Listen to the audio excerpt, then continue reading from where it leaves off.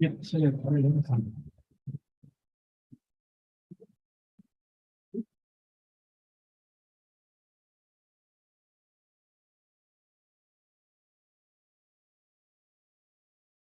You have a respectable temperature in here today too, Lance.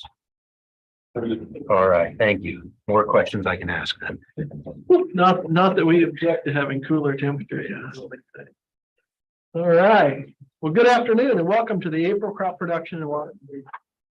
My name is Joe Parsons. I serve as chair of the Agricultural Statistics Board here at USDA's National Ag Statistics Service.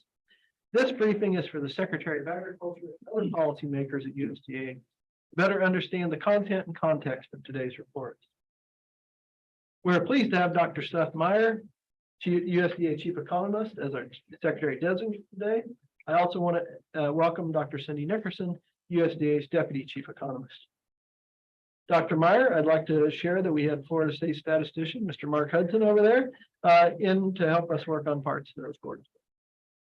Our key events for our live streaming audience, the crop production and WASDE reports are considered principal federal economic indicator reports. The Office of Management and Budget has specific guidance on how these reports are to be released. OMB statistical policy instructs policymaking officials to refrain from making public comment on the content of the reports within 1 hour of their release. We'll not be taking questions from the public today for this briefing. However, NAS and World Board staff are available for email and phone questions, and NAS will host a social media event 1 hour after the release of these data. We strive to have everything presented at this briefing match the official record. However, should there be any discrepancy between what is presented in this briefing and the official and the published estimates, always refer to the official published estimates. With that, don't blink, but I'll turn it over to Lance Honig, Chief of the NAS Crops Ranch, and he'll immediately be followed by Dr. Mark Kepinowski for the World Ag Hub. Thanks. All right, thank you, Joe. Pretty sure the blink was only referring. That was a little bit longer than me, but with that, that's something to briefing. The NAS crop production report and we do only for me. But with that said, we'll jump right in. As usual, I'm going to talk a little bit about some of the survey work that we did specifically in Florida. It's very important report today. A couple of different efforts there. First, of course, our usual objective measurement, that's size and drop. Work we do, you can see we're down to 816 groves. That were visited from March 20th to 28th. Those measurements in addition to that, we have our row count survey. The number of rows observed there. As a reminder, that is the survey where we essentially determine harvest progress.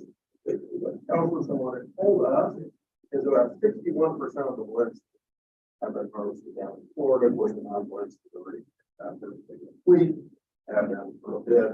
So we're getting fairly close for the entire blitz from Florida to harvest there. And then, of course, the utilization data, that is what really drives things as far as season, because that is actually what's been done through facilities.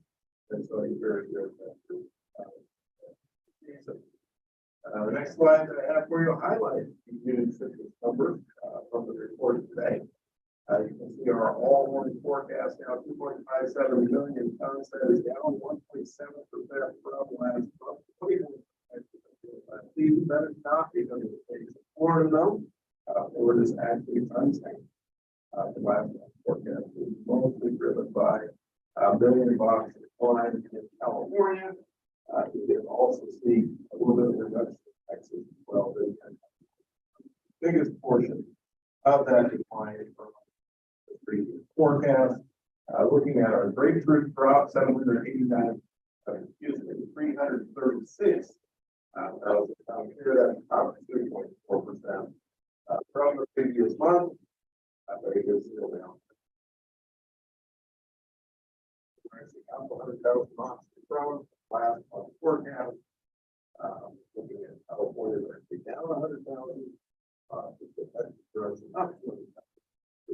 say Texas County should be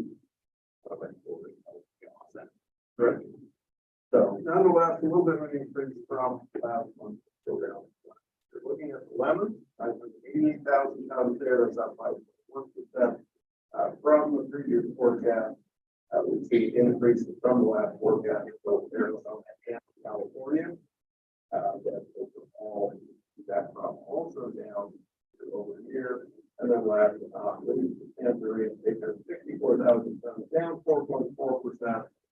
From the previous forecast, California production from that last forecast, and California is the big producer on the tangerines. Overall, though, that is up 7% from. Hopefully, you didn't like because that's the last number that we have to report. You can see a number of Thursday for next hopefully release the reminder that second. February. So the year over year. Well,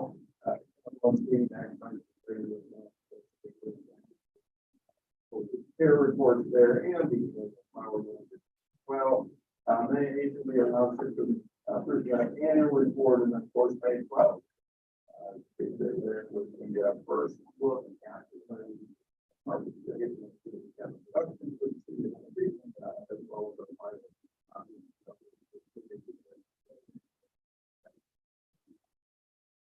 Yes, a couple of other providers. Over the couple other reminders for the census of agriculture for anybody else who hasn't had an opportunity to get one, there is still time. Run out. So as soon as we can, we report the numbers there throughout the this week, I will be out. We'll also have a version there in person, you can certainly join virtually. That as well. As usual, 1 o'clock this afternoon.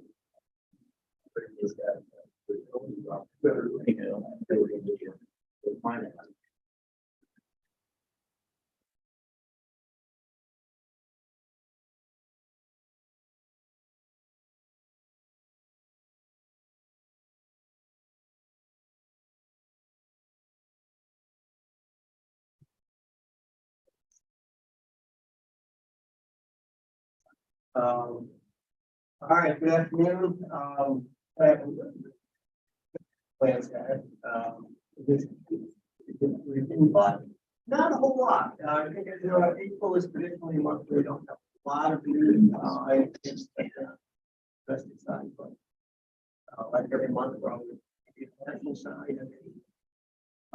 Always some information to incorporate. Of course, looking at the bring stock, of course, bring price stock, documentation, all that's going to be incorporated. But getting ready for May, our big rollout for the new crop year.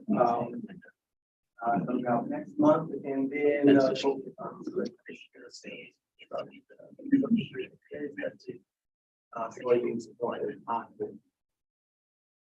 start off with production as we always do.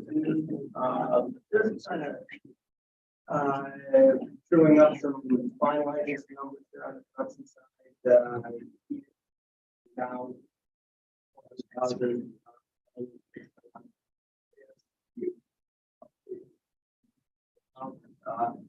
Argentina, that's the final ag numbers there.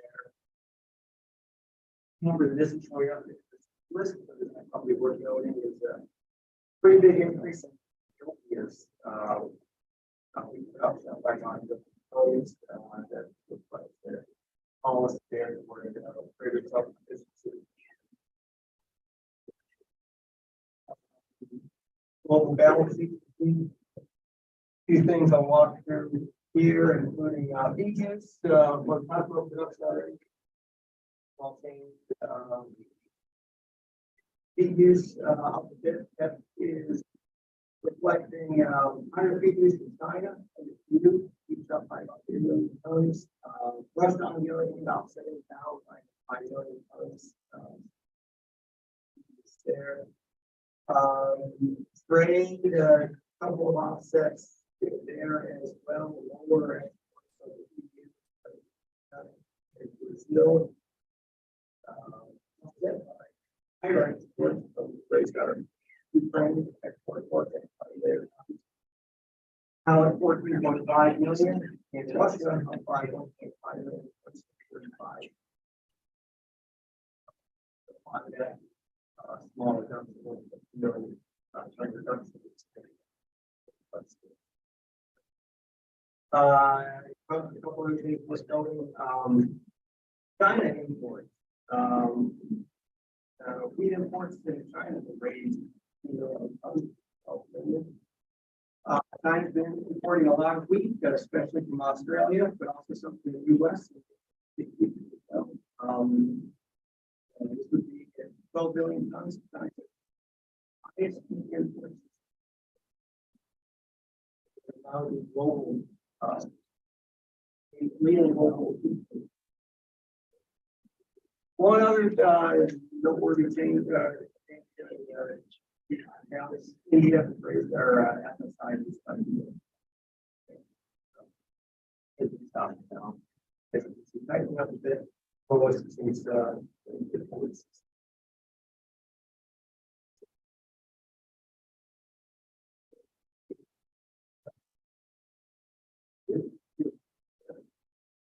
all right, U.S. balance sheet. Imports.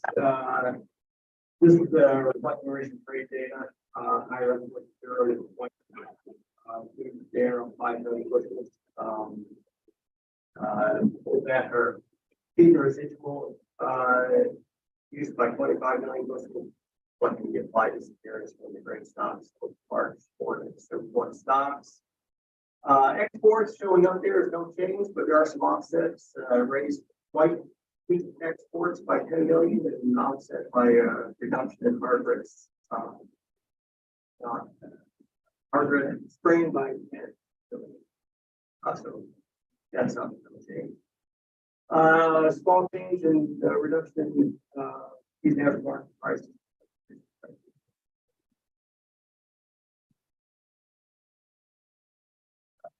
Price.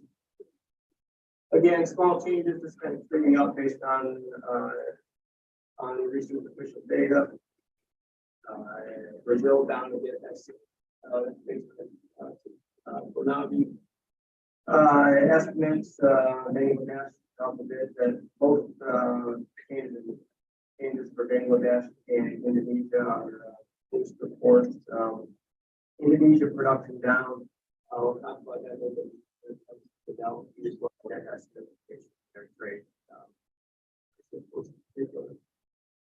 So, price balance sheet, beginning stocks down a bit.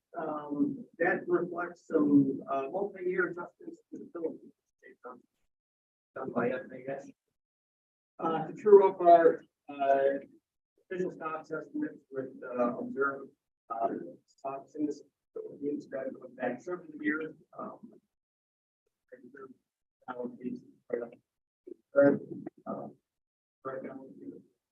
Otherwise, not going production, smaller change there. Grain, rice exports. So, as I mentioned, lower production in Indonesia. That means we reduced their, or we raised their imports by 1 million tons. Compensated some of that. And then we see it higher exports coming out of Vietnam and Thailand. And then the ending stock production there, again, that being where it was Philippines.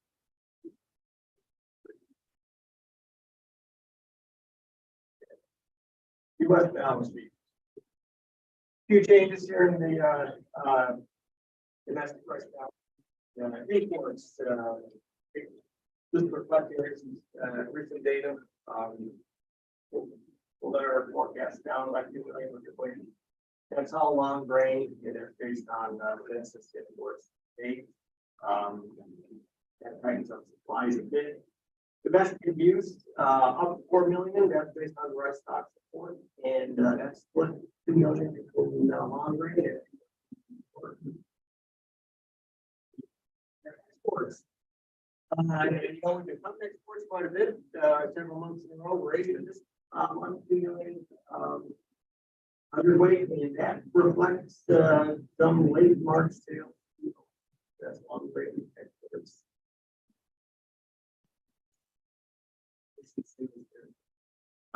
Still exports are even with that increase the lowest to 85 to 86. And ending stocks down as well.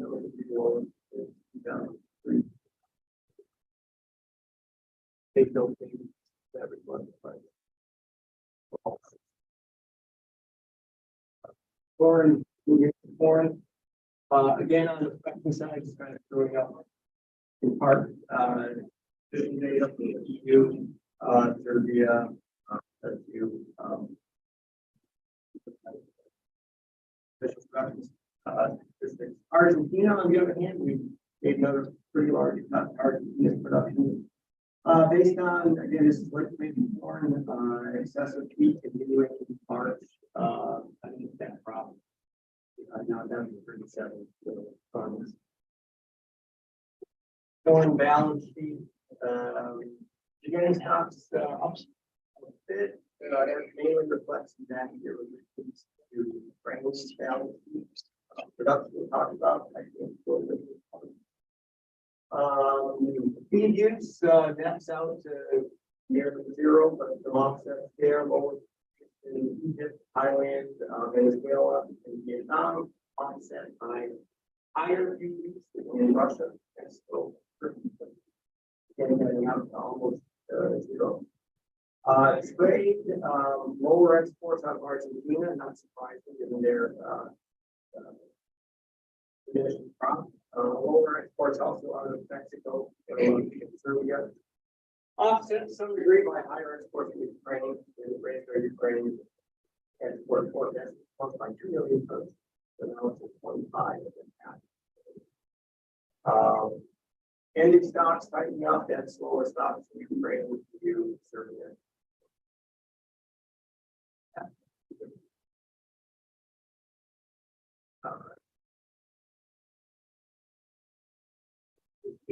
Yeah, overly sensitive.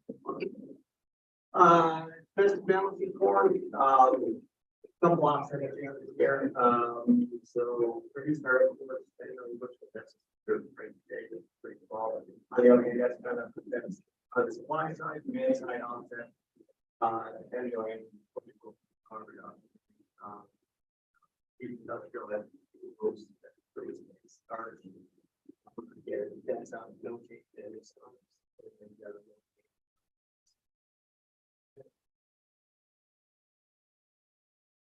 Soybeans, SSD made another.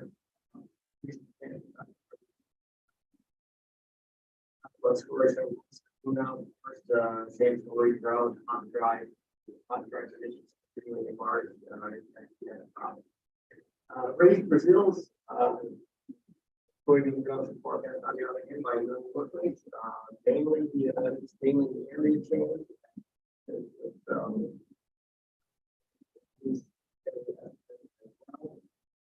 Also not showing up here, but worth noting that we reduced Uruguay's production due to dry conditions. Brazil, we're going to talk about a little bit. Worth noting. So again, areas where Brazil harvest nearly complete in the northern center west area, and continuing down into the south for Rio Grande Old. And that's kind of where the story is for most of the country. Center west, the Mato Grosso area, conditions have been very favorable, but except for in the Rio Grande do Sul, where consistent with that whole region, Argentina, Uruguay, it's been dry in that area. So that is the one area of the country where yields are under some pressure. Is not performing well. And this graph just shows the expected yields this year, 5-year average across the entire country. South Korea probably saw above average yields. But in that one state, we're looking at yields about 47% below 5%. So, again, so despite the pressure in that one part of the country, production is expected to be record. Record this year, 154 million tons, and as I noted, raised by the illegal state. The balance sheet, beginning stocks, okay, carrying based on some of the Brazil's back here. Production. This year's production we already talked about. Now that reflecting Argentina and Uruguay. Lower production there. So supplies coming up. Brush down, that is also part of the reflecting Argentina. There,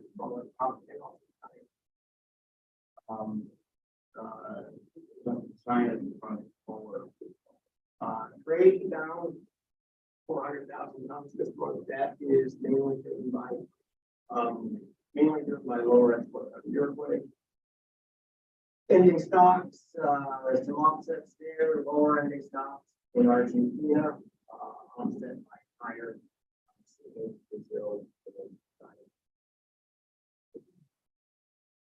Domestic swing balance sheet, nothing to talk about here. We got it perfect last month.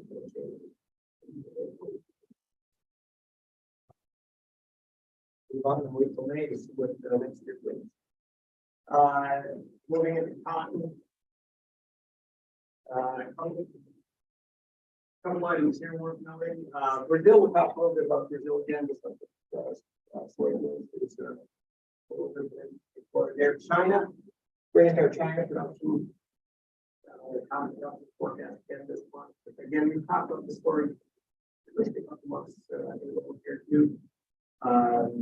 Based on the last year's data, it started out moving in very slow. Lockdowns in China, delayed all of these last things. Now they're coming in very strong and getting a much larger crop than originally anticipated. And in terms of Brazil, so we cut the crop this month. Key regions, as you know, key regions where Brazil, West and Brazil area, Bahia. The crop was basically on it. And we get it out a little bit more than a month ago. So kind of the mid-season growth stage. And it has been very dry, particularly in February, and particularly Bahia region. And that is anticipated yields there, and that's what is pulling our production forecast down this month. Despite that, production is still up pretty sharply last season, and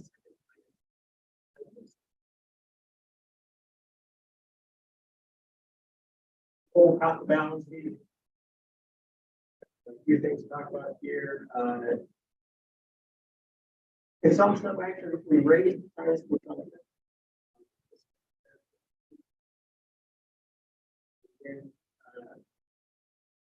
on the trade side, some offsets here as well.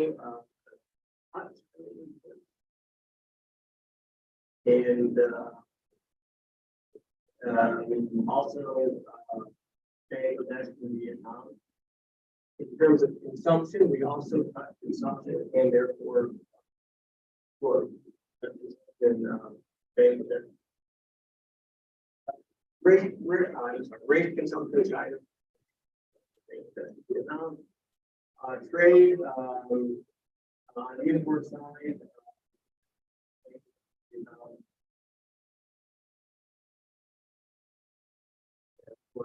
Export.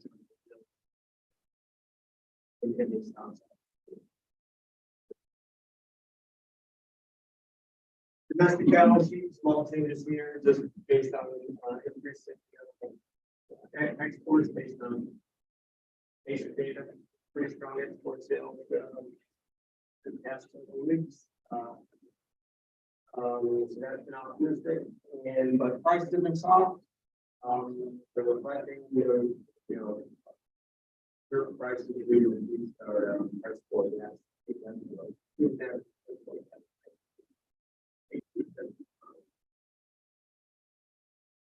Moving to sugar. Two things to talk about here. Main thing to focus here is on the supply side, particularly regarding imports. Before I get there, just a couple small things to note on production side. Production forecast based on all three and increase. And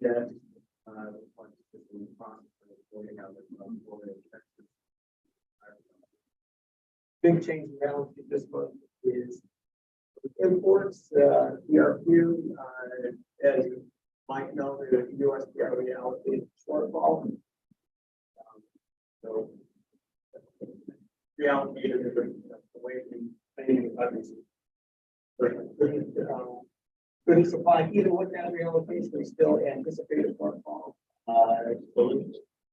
We're expecting this under reallocated or reallocated PRCs to build. But that brings us in an additional 112,000. Also raised our here. Yes, just based on the base. 4 people here.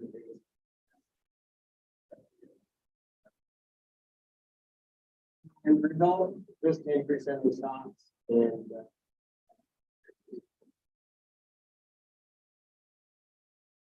Mexico raised production a bit there, 75,000. The next is an area change. Fields are still for field units and sugar recovery fields. So that's production down quite a bit still year over year. But with this increased production adjustment this month, they're primarily using the IMAX program. Well, no. There.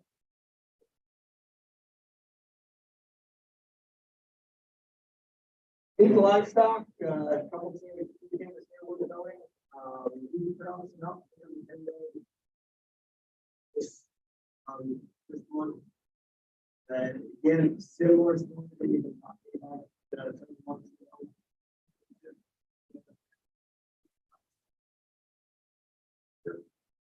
By larger slaughter.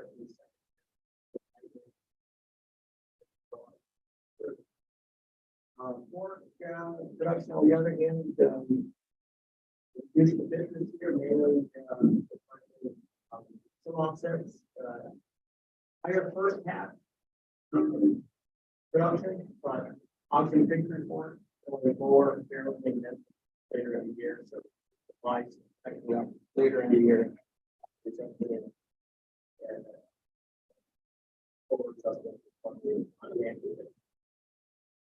Broiler production that's mainly reflecting first half higher production based on slaughter and data.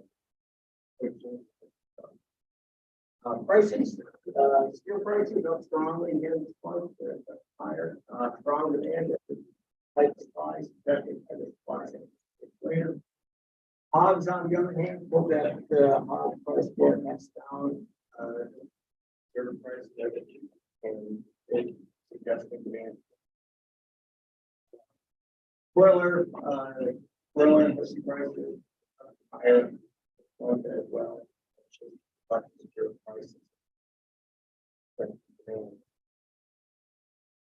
trade side, fairly small changes across all the different pieces, just incorporate with their trade trade.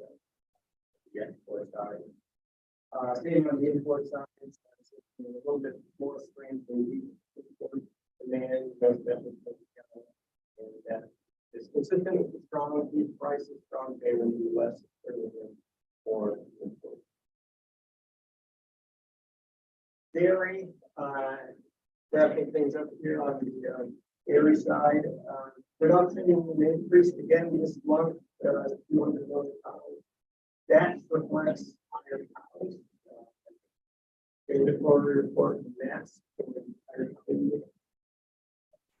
all of those how they take by number.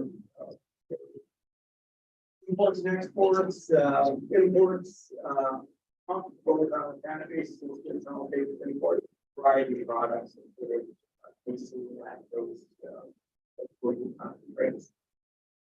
Exports, on the other hand, down, lower exports of butter and that's on that basis side, skim solid way, non-contact product. So it's not very competitive.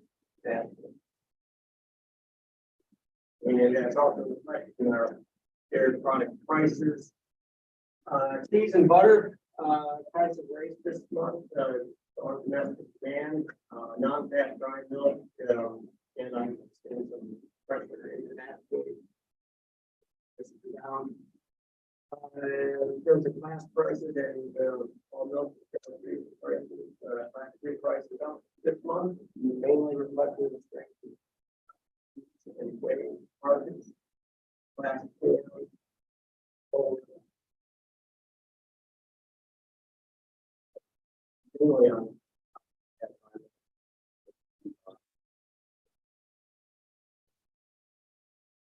And then the all milk price $20.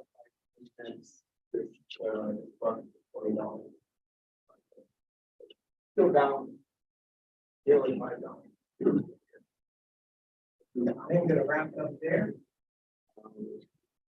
Thank you for all who attended online. Of course, I hope I was able to answer some of your questions. Take one. See you back here next month.